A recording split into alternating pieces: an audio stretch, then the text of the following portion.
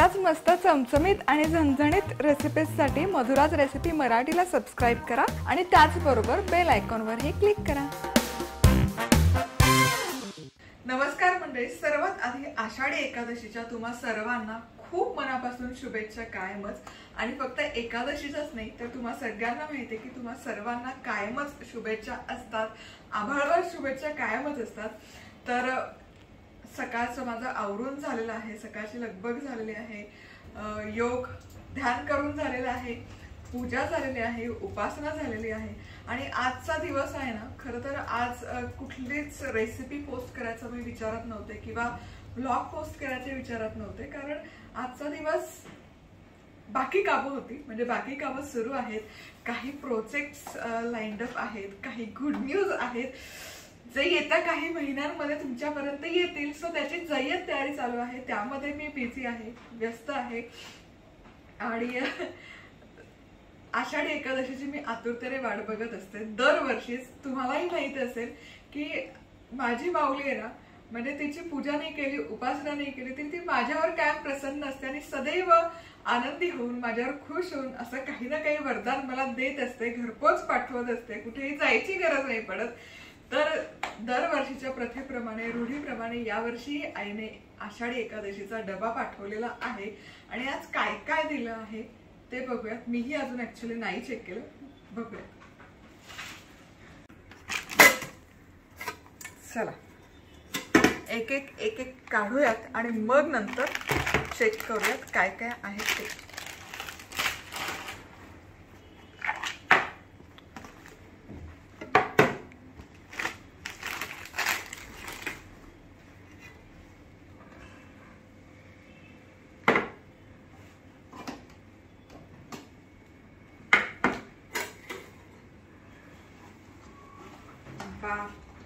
रे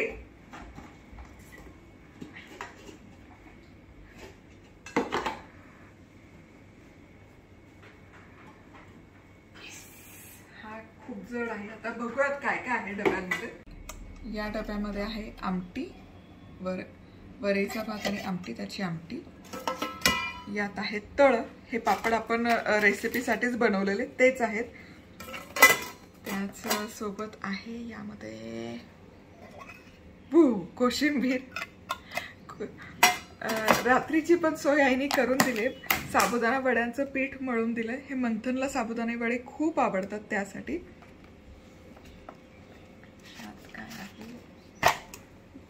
शेंगदाणे आहेत, मसाला शेंगदाणा तळलेले, बटाट्याची भाजी, बापरे खिचडी,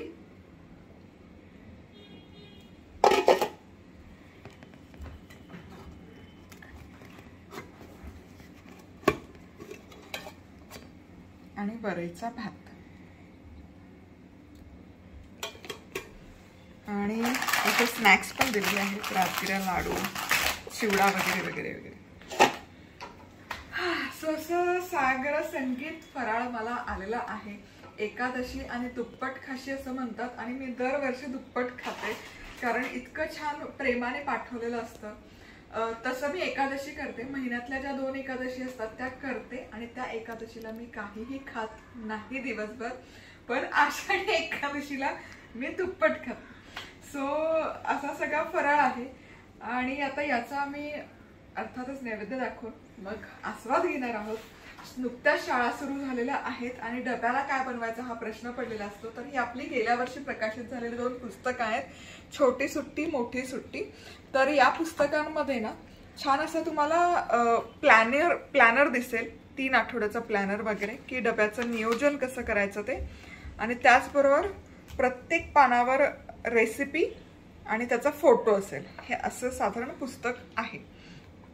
तर यामध्ये अगदीच तुम्ही विचार करत असाल हटके रेसिपी असाव्यात, आकाशातून पडलेल्या रेसिपी तशा नाही, रोजच्या हाताखालचे पदार्थ, हाताखालच्या रेसिपी आहेत की ज्या आयांना करायला अगदी सोपं जाईल आणि त्याचं नियोजन पण दिलेलं आहे।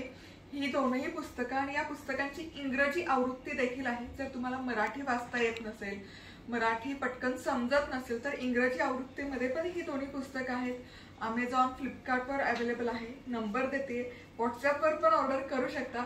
आणि 15 जुलैपर्यंत या पुस्तकांवर 10% सवलत देखील आहे. तर जाऊन नक्की चेक करा आणि ट्राय करा तुमच्या मुलांसाठी, त्यांना हे असं प्लॅनर किंवा असे डबे खायला आवडत असतील तर.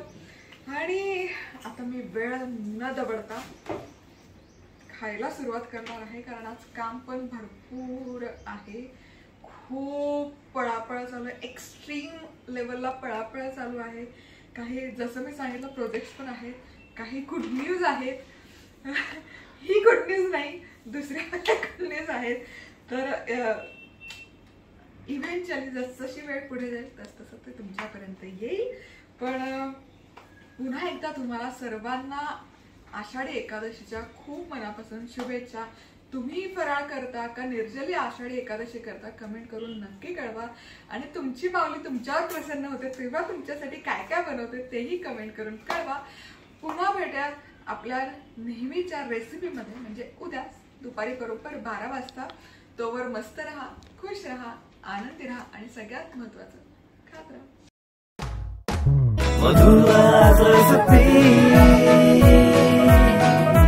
मधुराज रेसिपी, महाराष्ट्राची अस्सल चव.